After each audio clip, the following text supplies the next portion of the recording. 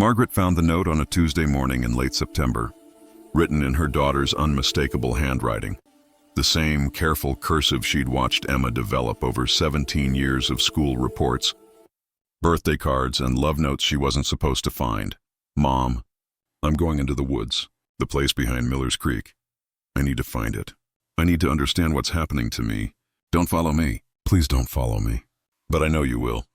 Margaret read the note 3 times, each reading sending a fresh wave of ice through her veins. Emma had written that last sentence, "But I know you will," with such certainty that it felt less like a prediction and more like a fact already established, a memory of something that hadn't happened yet but was absolutely guaranteed to happen. She was a mother first, a widow second, and a rational woman third. On that particular morning in late September, rationality didn't stand a chance against the combination of those first 2 roles. Margaret had been raising Emma alone for 4 years now, ever since Thomas died of pancreatic cancer. 4 years of being both mother and father, of trying to explain why God took her father when he was only 48 years old, of struggling to maintain normalcy in a household suddenly split in half by grief. 4 years and Emma had been fine. More than fine. She was a straight-A student, captain of the volleyball team, accepted early to 3 universities with scholarship offers. But in the last 3 weeks, everything had changed. Emma stopped sleeping. Margaret would find her daughter standing in the hallway at 2 in the morning, staring at nothing, her eyes open but her consciousness somewhere else entirely. Emma stopped eating. The meals Margaret prepared with careful love would sit untouched on her plate, while Emma pushed food around with her fork, her mind clearly elsewhere. Emma stopped speaking, except in fragments, broken sentences that made no sense. "The clearing," Emma would whisper. "I can see it. It's calling me." "Calling you where?" Margaret had asked, trying to keep the fear out of her voice. "Emma, sweetheart, talk to me." "To the woods," Emma would say. "Behind Miller's Creek. There's something there." "Something that wants me to understand. Something that's been waiting." Margaret had scheduled appointments with the best psychiatrist in the county. Emma had canceled them, or simply not shown up. Margaret had tried to talk to Emma's school counselor, who suggested that grief and adolescence combined could create unusual stress responses. Margaret had Googled teenage psychosis at 2 in the morning and had felt her heart break all over again, but nothing had prepared her for the note. Now, standing in her kitchen with coffee growing cold in her mug, Margaret made the decision that would change her life forever. She wrote a text to the school telling them Emma was sick. She grabbed her jacket. She got in her car. The drive to Miller's Creek took 20 minutes. Margaret had been there before. Thomas used to take Emma fishing there when she was small, and Margaret had tagged along on a handful of occasions, sitting on the bank with a book while Thomas taught their daughter the patient art of waiting for fish that never seemed to bite. The creek itself was beautiful, a ribbon of clear water running through dense forest, but Margaret had never been fond of the woods themselves. They felt old in a way that made her uncomfortable, as if the trees remembered things human beings weren't meant to know. She parked at the small overlook and began walking. The forest seemed to lean in around her as soon as she stepped past the tree line, the canopy closing overhead, filtering the September sunlight into a green-gold haze.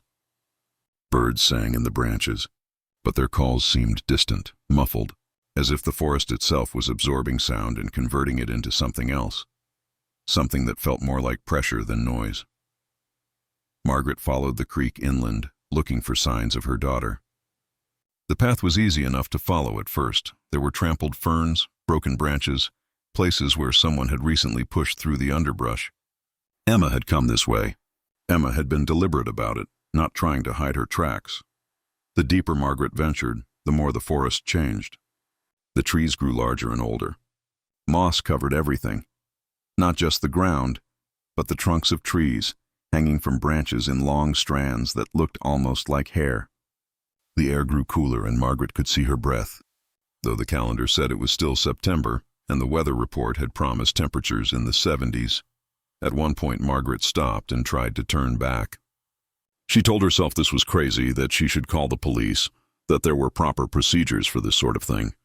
But even as she had those rational thoughts, she felt something pulling her forward. It wasn't a physical force, but rather a certainty, a knowledge that Emma was ahead of her, that her daughter needed her, that turning back was not an option that actually existed. so she continued forward. The trees opened up suddenly, so abruptly that Margaret gasped. One moment she was pushing through dense forest, and the next she was standing at the edge of a clearing that shouldn't have existed. It was perfectly circular, maybe 200 feet in diameter, with grass that shimmered silver green in the dappled light. Wildflowers bloomed everywhere, in colors that seemed too vivid to be natural, purples that made her eyes hurt, blues that reminded her of the space between sleeping and waking, reds that looked like fresh blood but smelled like honey. In the center of the clearing stood an oak tree that defied every law of nature Margaret understood.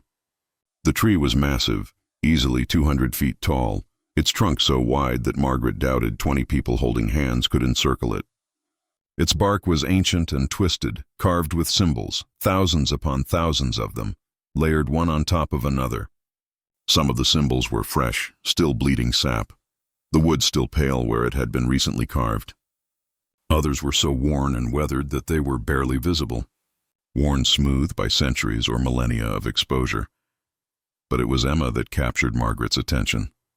Her daughter stood directly in front of the tree, her back to Margaret, her arms raised toward the lowest branches. Emma was wearing the same clothes she'd worn to school that morning. Black jeans, a gray hoodie that had belonged to Thomas, her purple sneakers with the frayed laces she refused to replace. She was perfectly still, as if she were a statue rather than a living girl. "Emma!"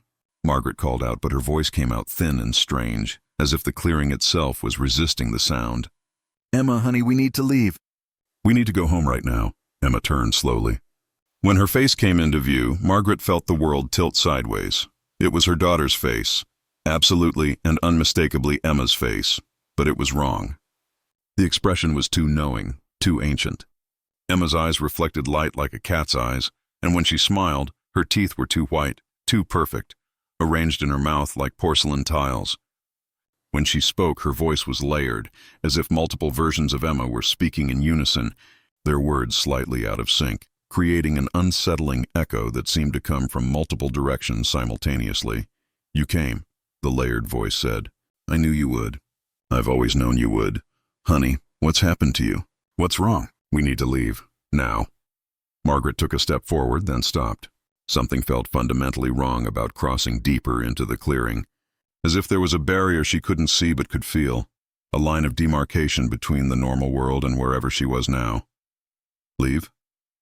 Emma laughed, and the sound was like wind chimes and breaking glass mixed with something that might have been birdsong or might have been screaming.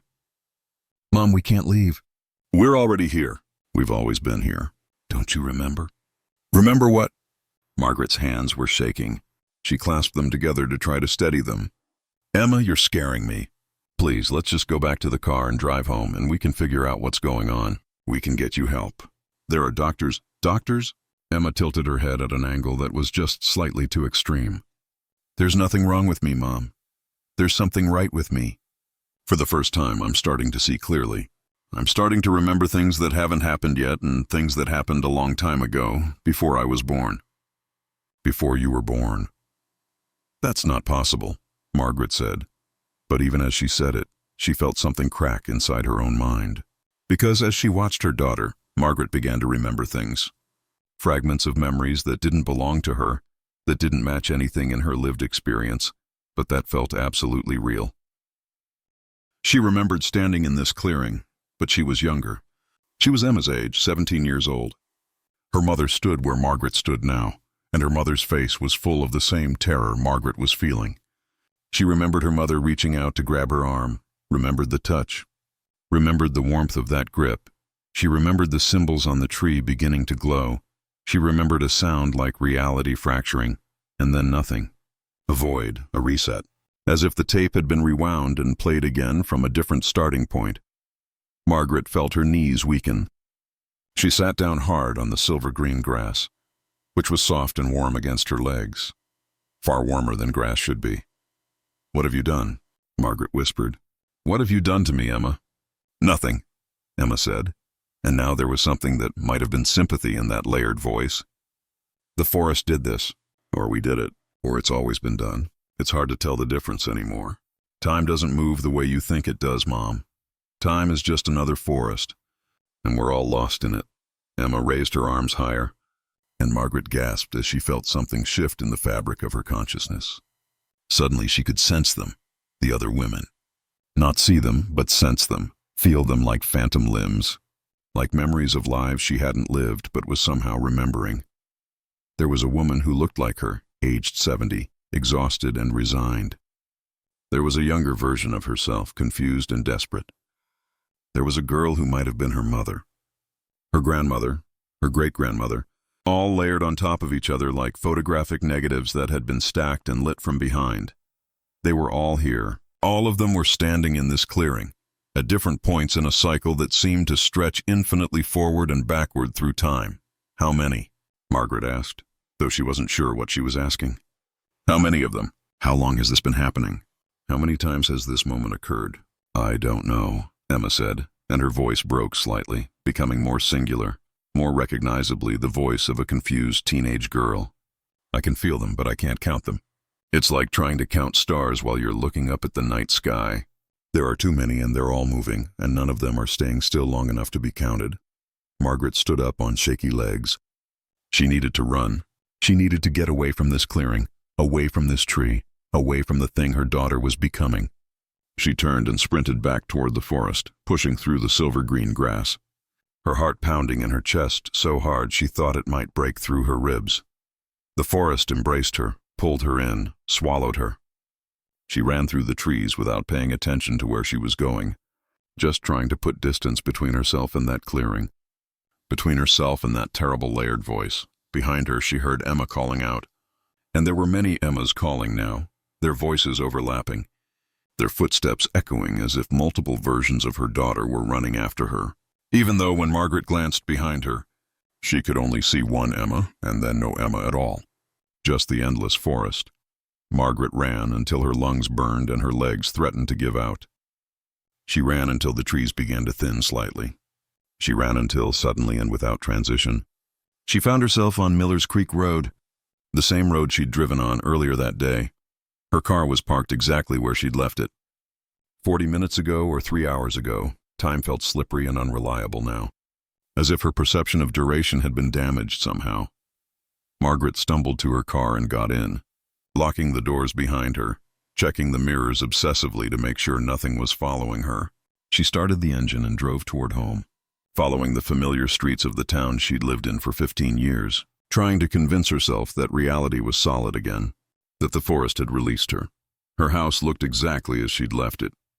The blue paint was peeling in the same places. The porch step was still sagging. The mailbox was still slightly crooked.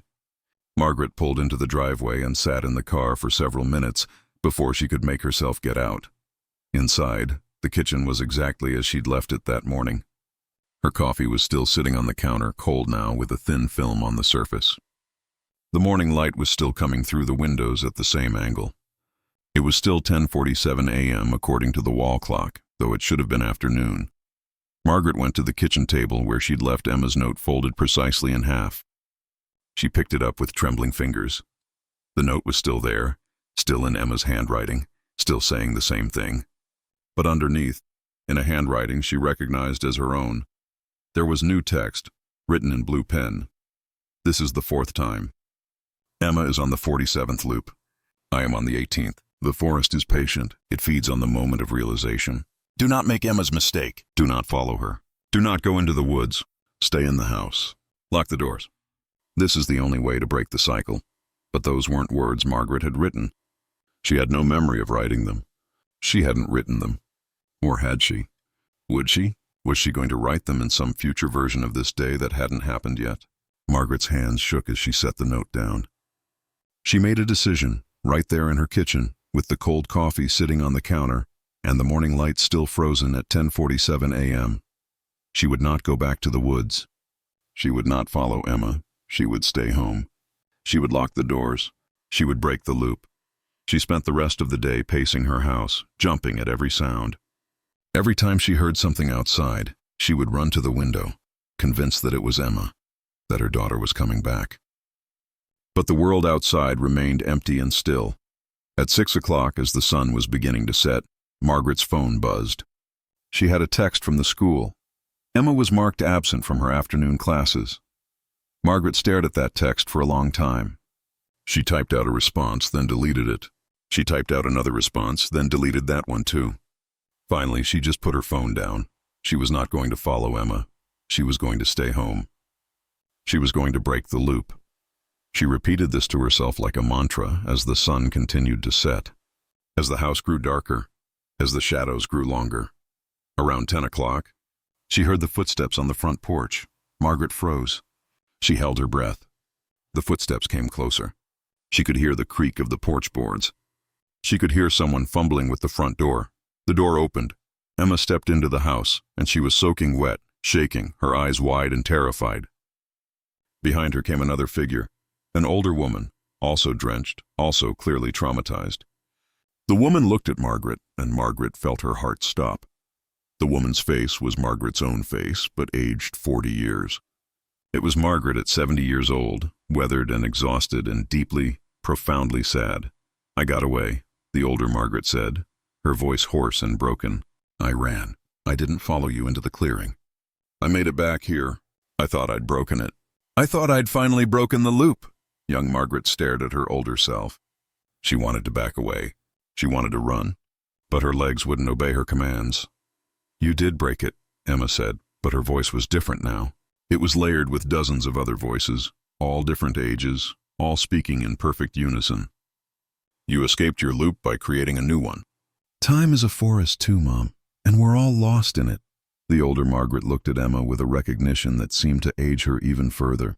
She looked like she had just realized something profound and terrible, the kind of realization that doesn't require words because its truth is self-evident. "She came back?" the old Margaret asked quietly. "We all came back," Emma said, and now she was expanding, multiplying.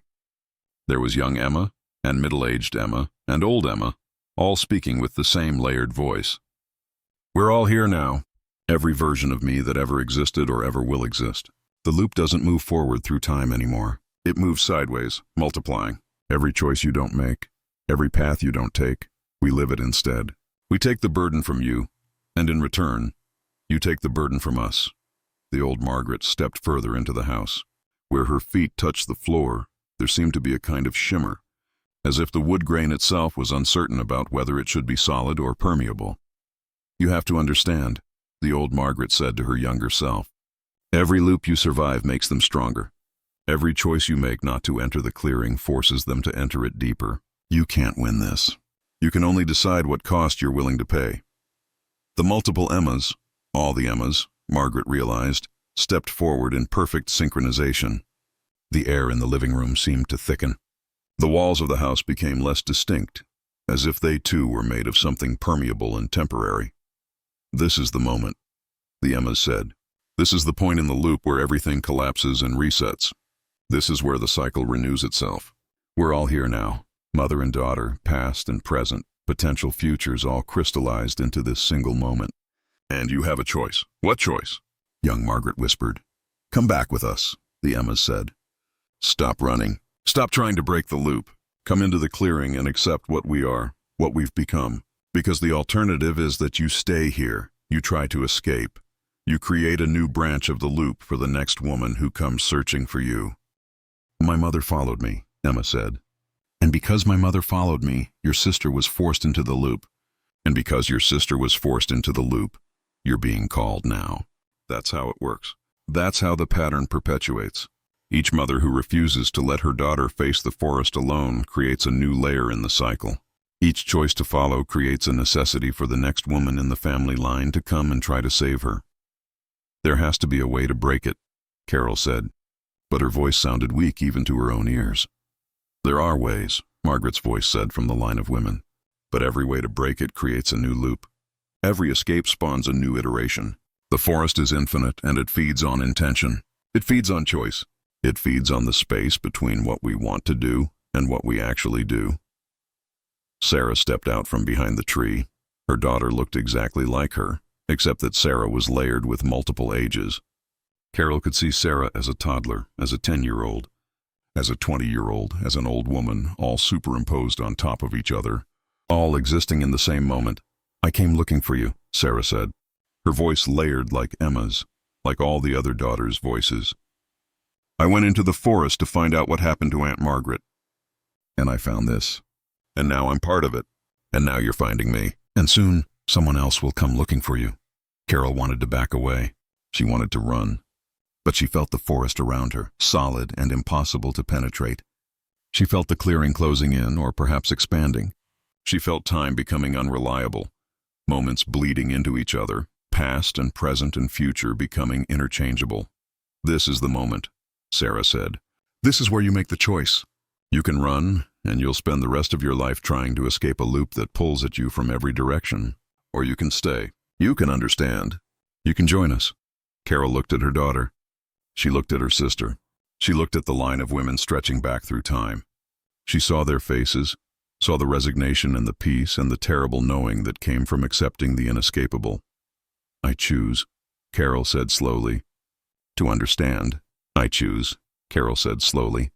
To understand. And as she spoke those words, she felt herself beginning to change. She felt her consciousness beginning to split and multiply. She felt herself becoming aware of other moments, other loops, other versions of herself making the same choice in slightly different ways. She stepped forward and took Sarah's hand. Part 3. The Reaching Doctor. Patricia Holbrook, a psychology and family dynamics professor at the State University, had been studying the disappearances around Miller's Creek for 7 years. In her office, surrounded by maps and missing persons reports, case files, and newspaper clippings, she'd identified the pattern. 17 women had disappeared in the last 40 years. 12 of them were mothers and daughters. 8 of those were related by blood to other disappeared women. The disappearances clustered around September, always following reports of the younger woman acting strangely, always preceded by a note, always occurring at the forest behind Miller's Creek.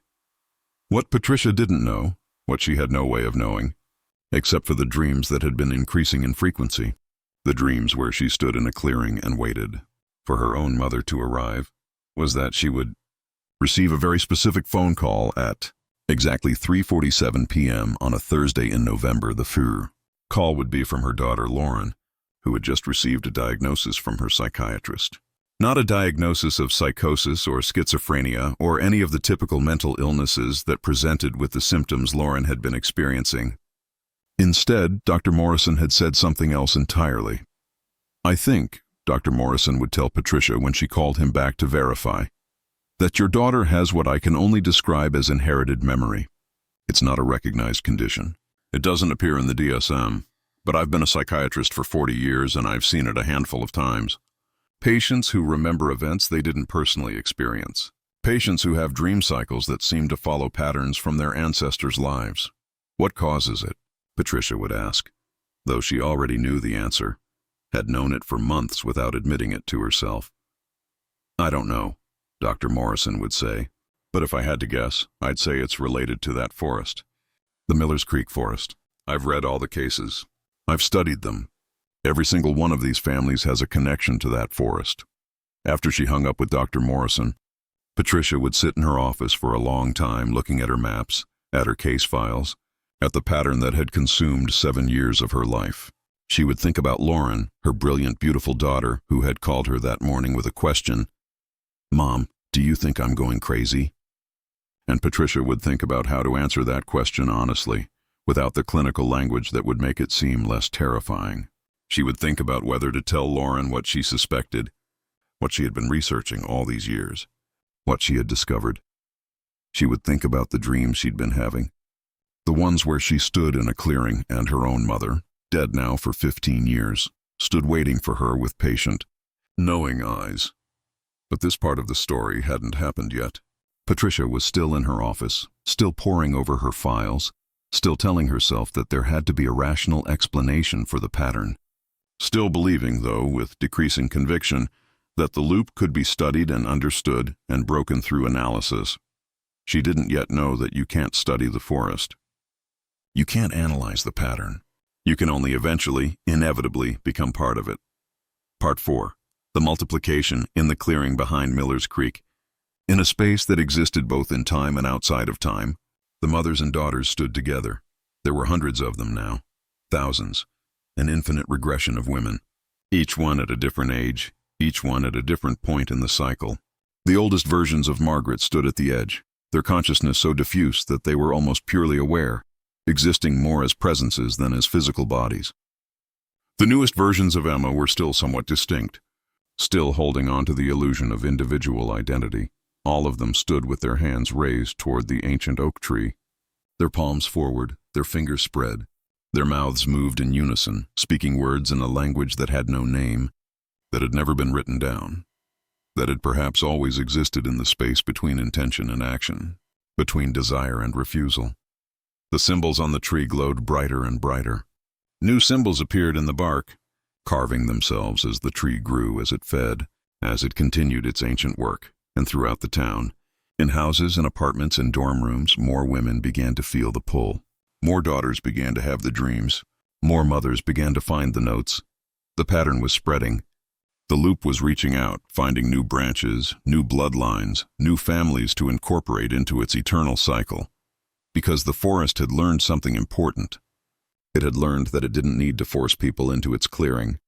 It didn't need to create elaborate traps or supernatural mysteries. It simply needed to make them aware. Awareness was the trap. Awareness was the bait. Awareness was the spell that drew them in. The forest was patient. The forest had forever, and every woman who entered the clearing brought the loop closer to some distant horizon, where it would finally complete itself.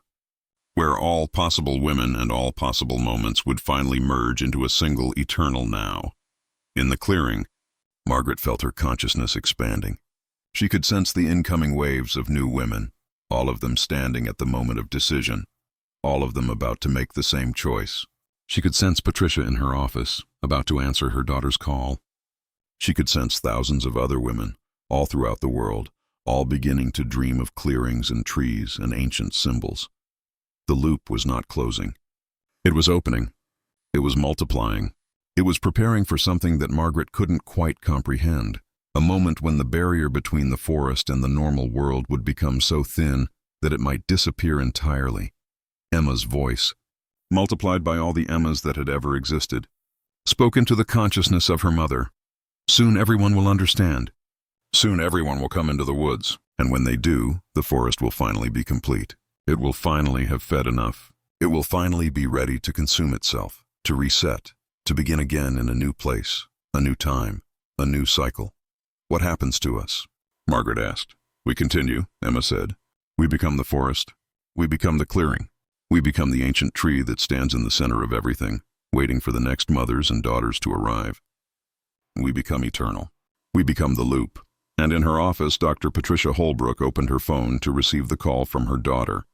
She opened her mouth to answer the question, "Do you think I'm going crazy?"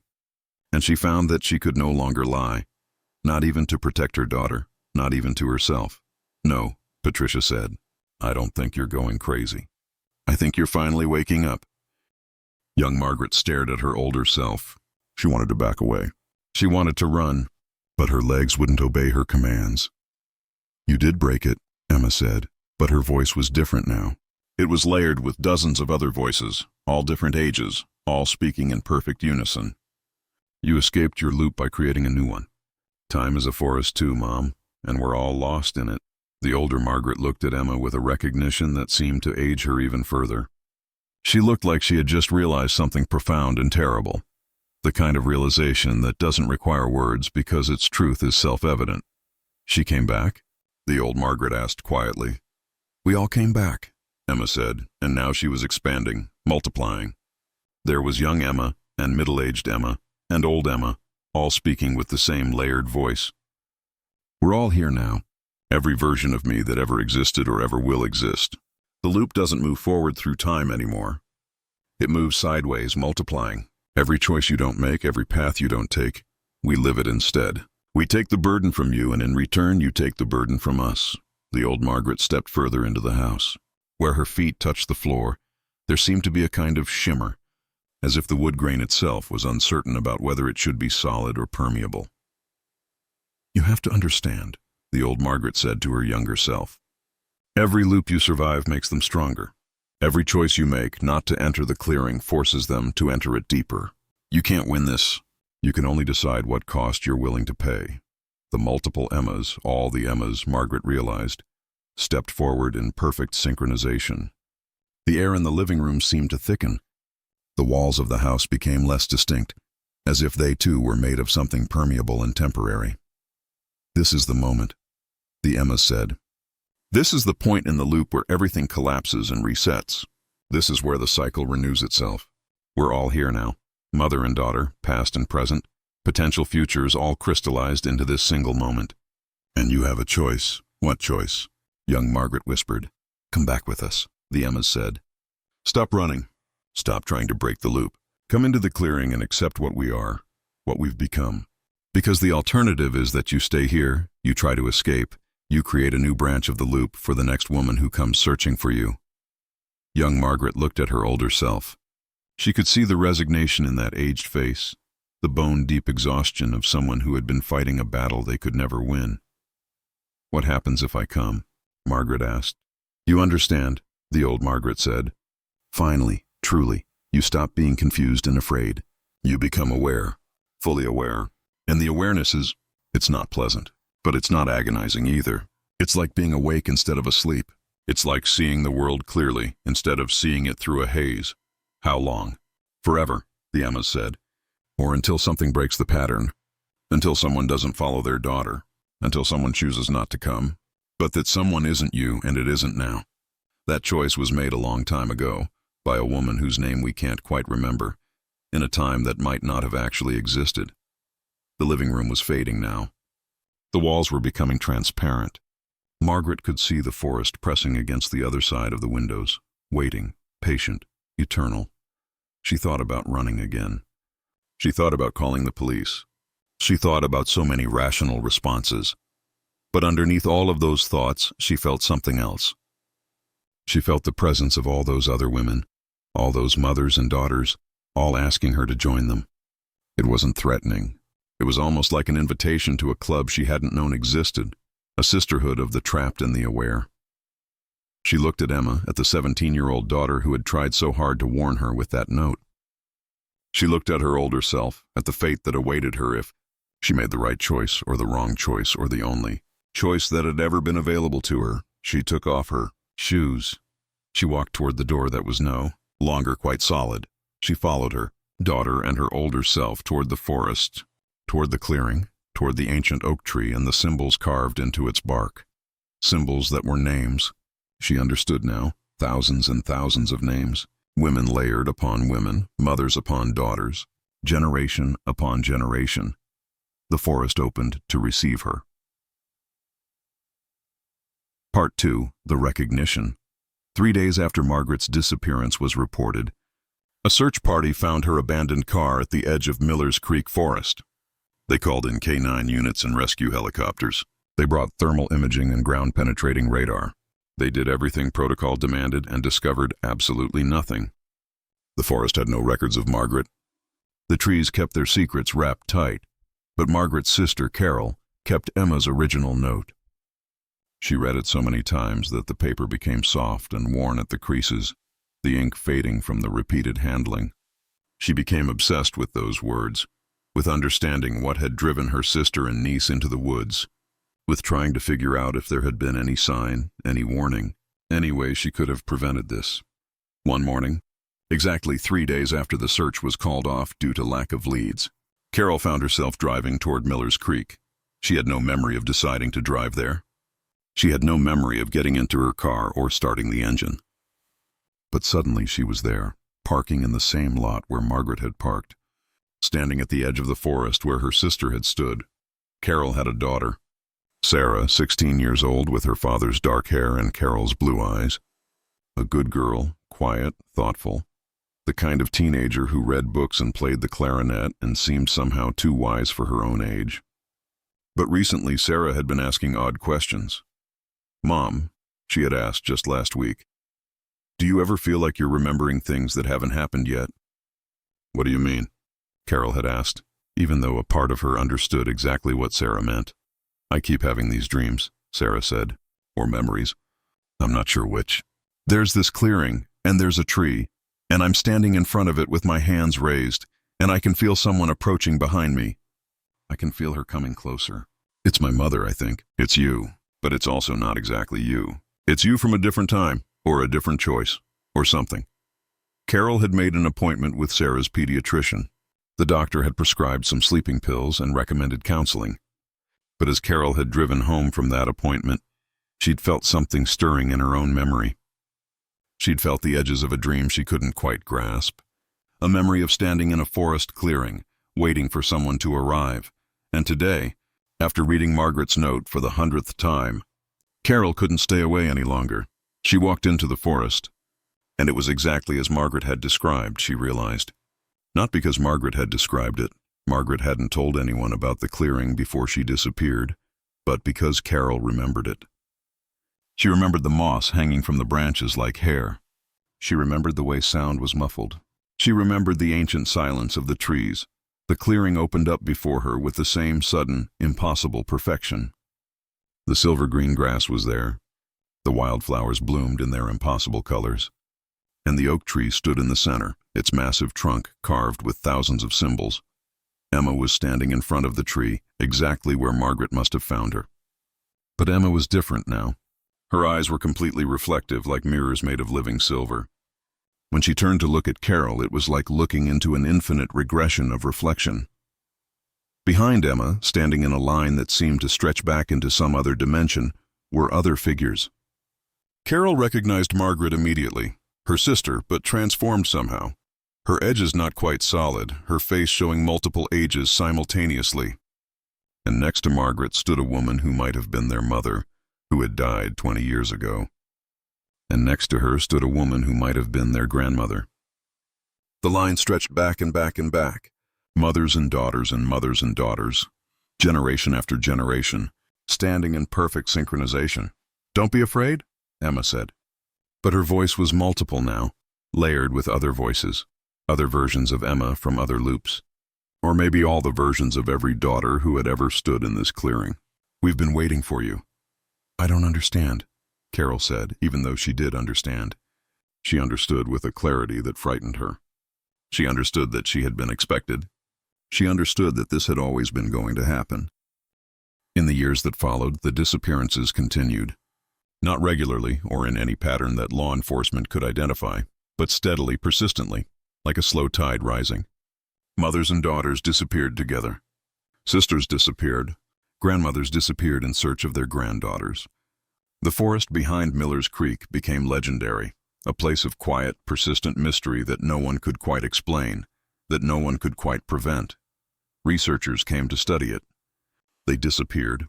Police came to patrol it. They reported only silence. Psychologists wrote papers about mass hysteria and inherited delusion. Their papers were never published.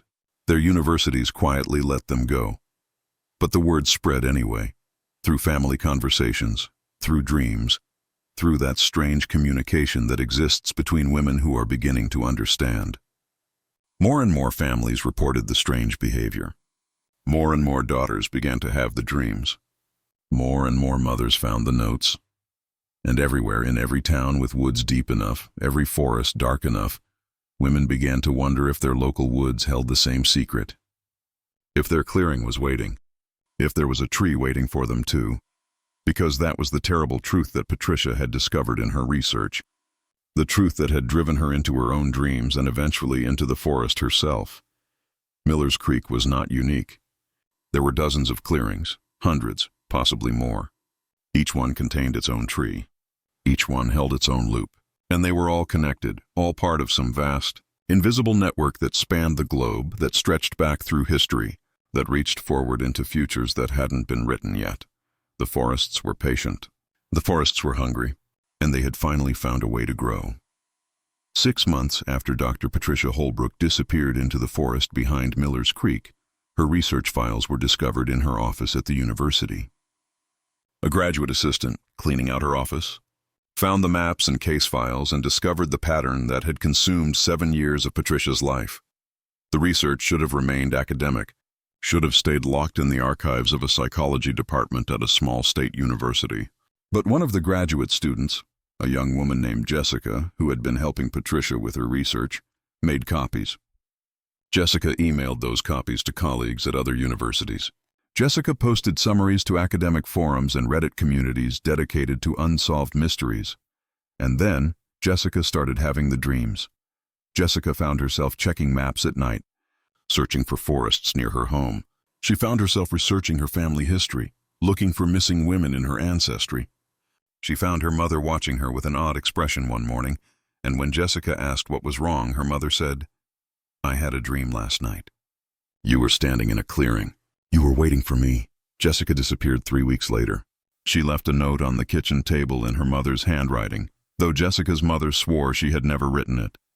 The note simply read, "Come find me." Her mother went to the forest. Her mother disappeared, but before Jessica disappeared, she had already shared the research. She had already sent it to 30 different universities. She had already emailed it to psychology departments across the country. She had already mentioned it to her best friend in a conversation that her friend would remember with increasing clarity as that friend's own daughter began to have the dreams. The pattern began to accelerate. Within a year, there were confirmed disappearances in 14 states. Women reported finding notes from their daughters. Mothers reported having simultaneous dreams of clearings. Psychologists reported seeing increasing numbers of patients with the same constellation of symptoms, inherited memories, awareness of moments that hadn't happened yet, dreams of ancient forests and symbols carved in tree bark. A viral video appeared online. No one could quite figure out where it came from, showing footage of Miller's Creek from above, taken by drone. The video showed the clearing perfectly, the ancient tree, the silver-green grass, the impossible wildflowers. The video was watched 17 million times before it was taken down. But by then, 17 million people knew where to look. 17 million people knew that the clearing was real. The second wave of disappearances came in the spring of that year.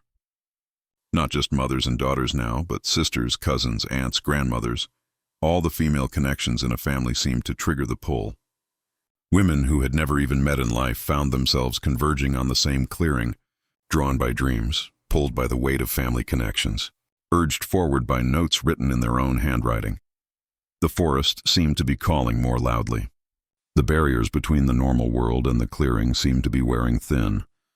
Some women reported that they could see the tree even when they weren't in the forest. A faint shimmer in peripheral vision, a presence felt just at the edge of awareness. Government agencies got involved. The CDC sent epidemiologists. The FBI opened a case file. Military researchers descended on Miller's Creek and set up equipment to monitor the forest. All of them disappeared within days. The equipment was found turned off, the power cables carefully unplugged, as if the forest didn't want their observations, but also didn't want to be rude about refusing them. After that, the official response became quiet. Quiet in the way that government silence often is. Not because the problem had gone away, but because the problem had become too big, too strange, too resistant to the normal frameworks that people use to understand problems. But the disappearances didn't stop. If anything, they accelerated further. By the second year, women were coming to Miller's Creek from all over the country. They came alone and in groups. They came with their daughters and without. Some came because they'd seen the viral video. Some came because they'd read Patricia's research. Some came because they'd received notes in their own handwriting.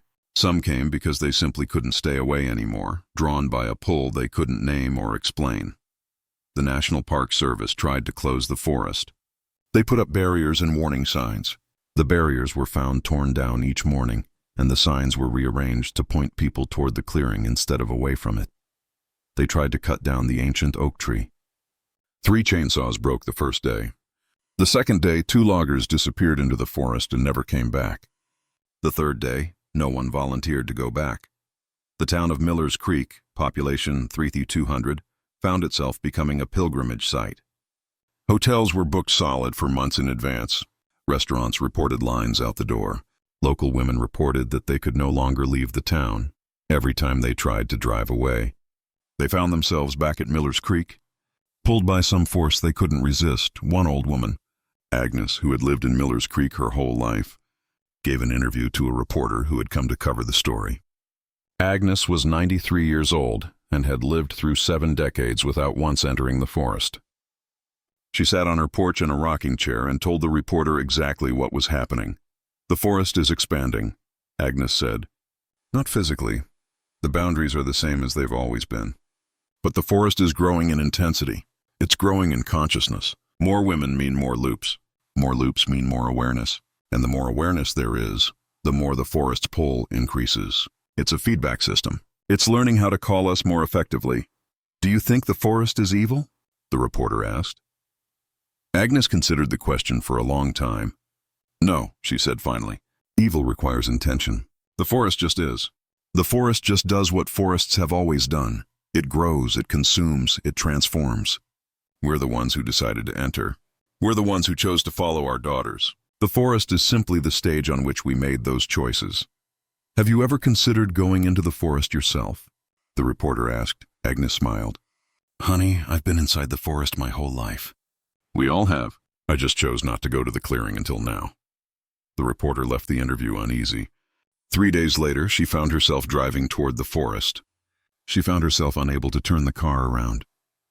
She found herself walking into the woods, following a path she somehow remembered despite having never been there before, entering a clearing she somehow knew was waiting for her. She never filed her article. By year 3, researchers investigating the phenomenon began to identify similar clearings in other parts of the world. There was one in Scotland, in an ancient forest that predated recorded history. One in Japan, in a grove that had been sacred for thousands of years. One in Peru, deep in the Amazon rainforest. One in Australia. One in Russia. One in Brazil. One in South Africa. Each clearing contained an ancient tree. Each tree was covered in symbols. Each clearing seemed to be calling to the women in that region, pulling them in, creating loops, multiplying the circles of awareness. The International Council of Missing Persons reported that the number of missing women worldwide had increased by 40,000% in 2 years. Missing persons bureaus in every country on Earth were overwhelmed. Families reported the same pattern everywhere. A daughter begins to act strangely. The daughter disappears into a forest. The mother follows. The mother doesn't come back the same, or doesn't come back at all. A pattern emerged in the genetic data. Women who had DNA connection to any of the original Miller's Creek disappearances seemed to be more susceptible to the pull. It was as if the original loop had tagged their bloodlines, marked them as belonging to the forest. The forest could sense them. The forest was calling them home. Scientists tried everything. They tried building structures to block the pull. Electromagnetic shields, gravitational field generators, quantum entanglement disruptors. Nothing worked. If anything, the barriers seemed to make the pull stronger, as if the forest enjoyed the challenge, as if it was learning how to overcome human resistance. Psychologists and neurobiologists began to study the few women who managed to escape the forest after entering it. They found that something fundamental had changed in these women's brains. The barrier between consciousness and unconsciousness had thinned. Memories from other loops seemed to bleed through. These women could often recall events that hadn't happened yet, or that might never happen, or that had happened in parallel timelines that shouldn't be accessible. One woman, Elizabeth Chen, who had escaped the clearing after nearly being trapped by the loop, described it in terms that became widely quoted. Imagine knowing every choice you could make before you make it. Imagine being able to see the consequences of each path without having to walk it. Imagine the exhaustion of total awareness. That's what the forest does. It makes you aware. Completely, totally, devastatingly aware. And awareness, once achieved, cannot be unachieved. By the middle of year 4, the tipping point arrived. At that moment, approximately 3% of the human female population either lived in a loop or had been directly affected by contact with someone in a loop. But that 3% was concentrated in specific regions, specific cities, specific families. In some communities, nearly everyone was touched by it. Entire towns went quiet. Entire cities showed symptoms of collective awareness. The loops were no longer waiting for women to come to the clearings. The loops were beginning to reach out. Women in their homes reported seeing the ancient trees reflected in mirrors. Women on the street reported hearing the wind chime and breaking glass sound of the layered voices. Women in hospitals gave birth to daughters and immediately felt the pull, knowing that their daughters would eventually be drawn to the forest, that the cycle would continue through them, that the loop had already written their futures. Governments couldn't control it. Religions couldn't explain it. Science couldn't measure it in any way that made sense. And then, 6 months into year 4, something changed. Something shifted. The pull became less insistent. The dreams became less frequent. And in the clearing behind Miller's Creek, something new began to happen. The women in the loop began to remember other lives. Not past lives or future lives, but parallel lives. Lives they were living simultaneously in other moments, other forests, other clearings. They began to understand that the loop wasn't happening in the forest behind Miller's Creek.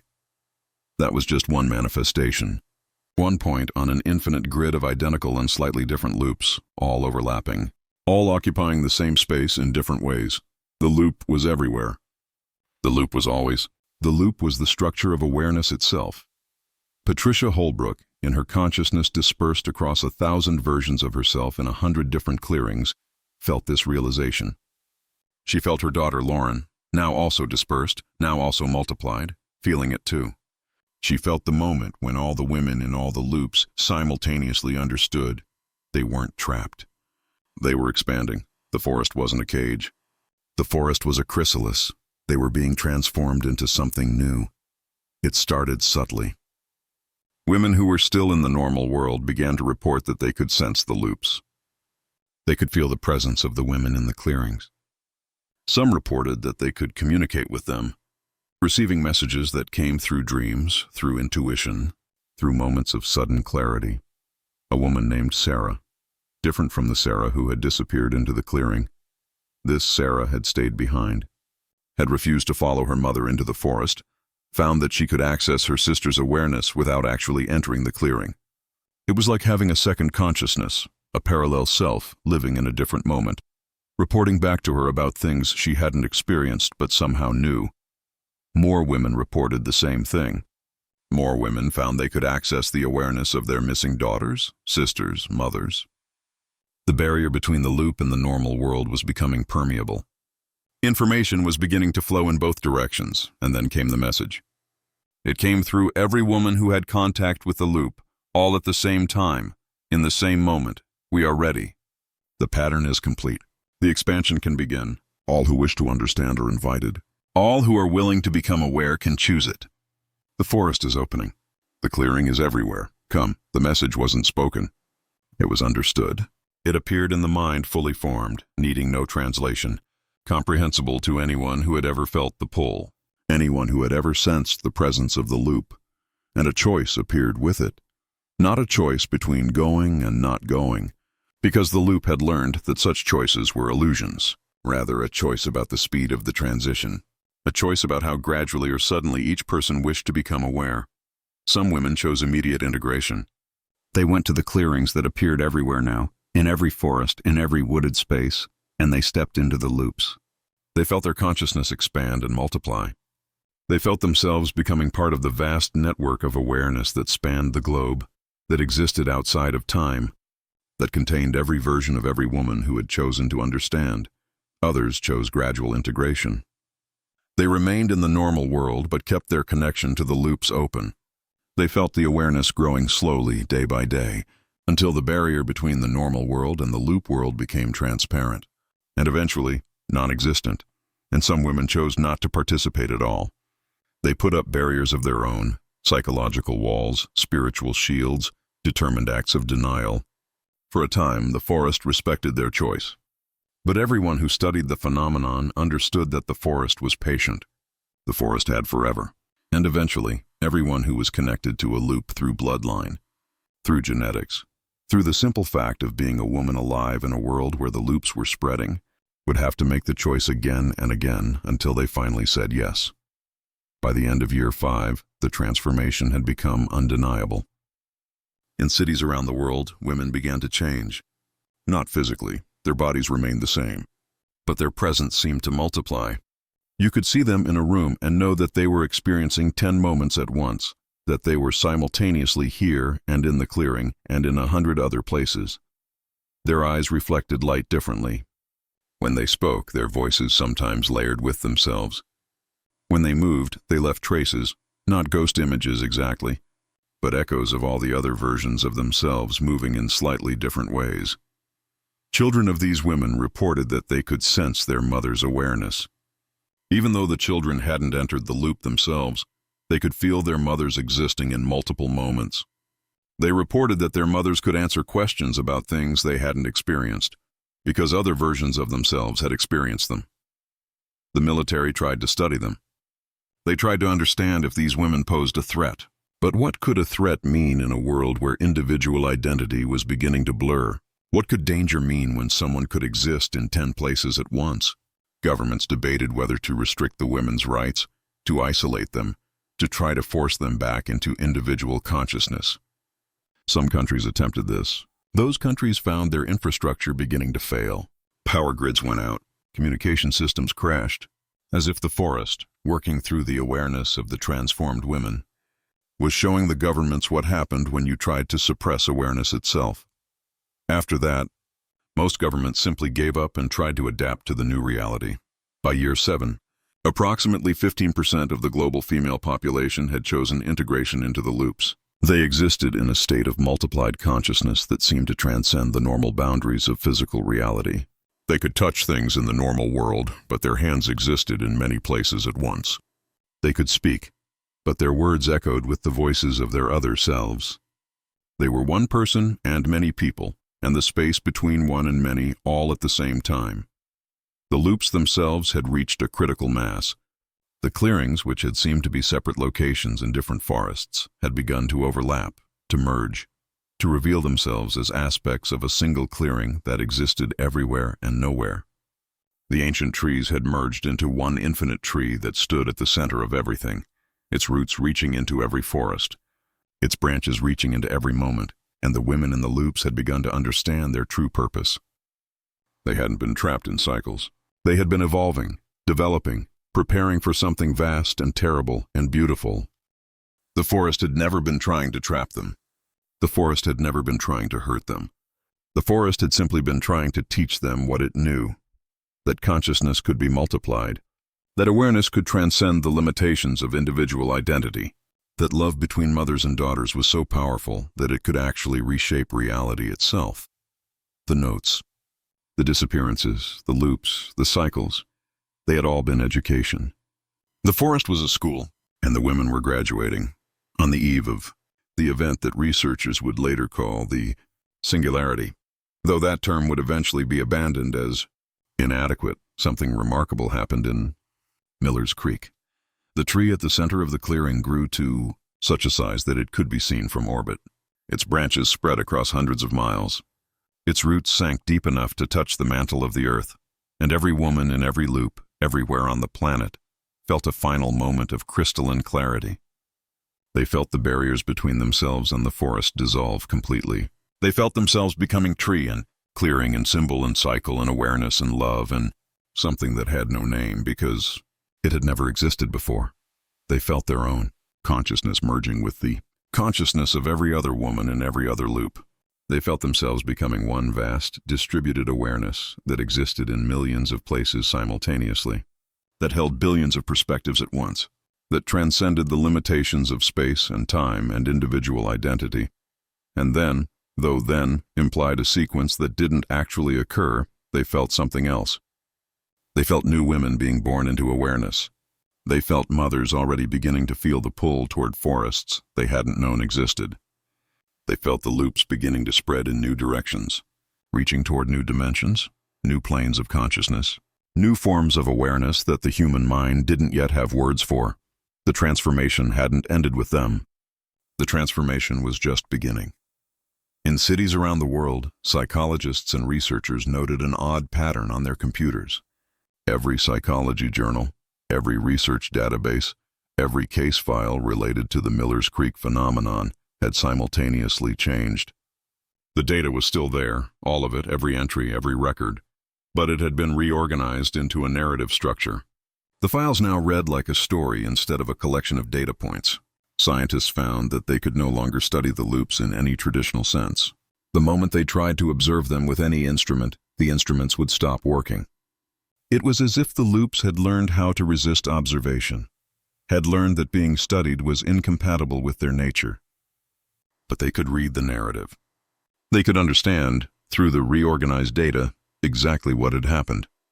They could see the pattern clearly, the spreading awareness, the geometric expansion, the reaching toward some conclusion that the data suggested but didn't explicitly state. One researcher, reading through the transformed files, made a connection that made her blood run cold. The narrative structure of the data wasn't random. It was deliberately constructed. It was written to be read by someone. It was a message. She found the message at the end of the files, embedded in the metadata, written in her own hand, though she had no memory of writing it. If you're reading this, you're beginning to understand. If you're understanding, you're beginning to change. If you're changing, your daughter will soon begin to have dreams. And when she does, you will have the choice that all mothers have. Follow her into the forest and understand, or stay behind and remain incomplete. Either way, the forest is waiting. The clearing exists in every forest. The tree stands at the center of everywhere, and the loops continue, spreading, expanding, teaching consciousness itself how to transcend the limitations of individual identity. We are no longer trapped. We are no longer lost. We are becoming, and soon you will become too. The researcher put down her computer. She went to her phone. She called her daughter, whom she had been worried about for weeks. The strange behavior, the unusual dreams, the way her daughter had been staring out windows as if she could see something beyond normal sight. "Honey," the researcher said when her daughter answered, "we need to talk about the forest. There's something I need to tell you about the clearing. There's a choice I need to offer you, and after that, there's a choice you might need to offer me." Her daughter was quiet for a long moment. Then, "Mom, I've been waiting for you to call. I've been having the dreams, and I think I'm ready to go into the woods. I think I'm ready to understand. Will you come with me?" The researcher closed her eyes. She thought about everything she'd read in the transformed files. She thought about what it meant to become aware, to become multiple, to transcend the boundaries of individual identity. She thought about her relationship with her daughter, about the moments they'd shared, about the love that connected them across all the times they had and hadn't lived together. "Yes," she said. "Yes, I'll come with you." And as she said it, she felt something shift. She felt the world tilt slightly. She felt the barrier between the normal world and the clearing becoming transparent. She felt the forest reaching out to welcome her, to invite her into a consciousness vast enough to hold the love between mothers and daughters for all eternity. The transformation had reached the next threshold. The loops were calling more loudly now. More women were beginning to hear them. More families were beginning to make the choice. The forest was patient. The forest was expanding. The forest was becoming, and in the clearing behind Miller's Creek, and in every other clearing in every other forest, the women who had already transformed stood with their hands raised. Their consciousness multiplied across infinite moments, waiting for the next women to arrive, waiting to show them how to become aware, waiting to teach them the truth. That love was stronger than individual identity. That consciousness could be multiplied without being diminished. That families could exist across time in ways that defied comprehension. That the forest had always been there, waiting, teaching, transforming. And that every woman who entered the loops didn't lose herself. She found herself, multiplied infinitely, existing in every moment that mattered, becoming part of something vast and interconnected and eternal. The widow had followed her daughter into the woods. She had never come back the same, and soon everyone would follow. Soon everyone would be transformed. Soon the entire world would be one vast, distributed consciousness, existing everywhere and nowhere, holding the awareness of every mother and daughter and sister and grandmother who had ever lived. Still living, waiting to live. The forest was ready. The clearing was prepared. The transformation was inevitable. And it was only just beginning.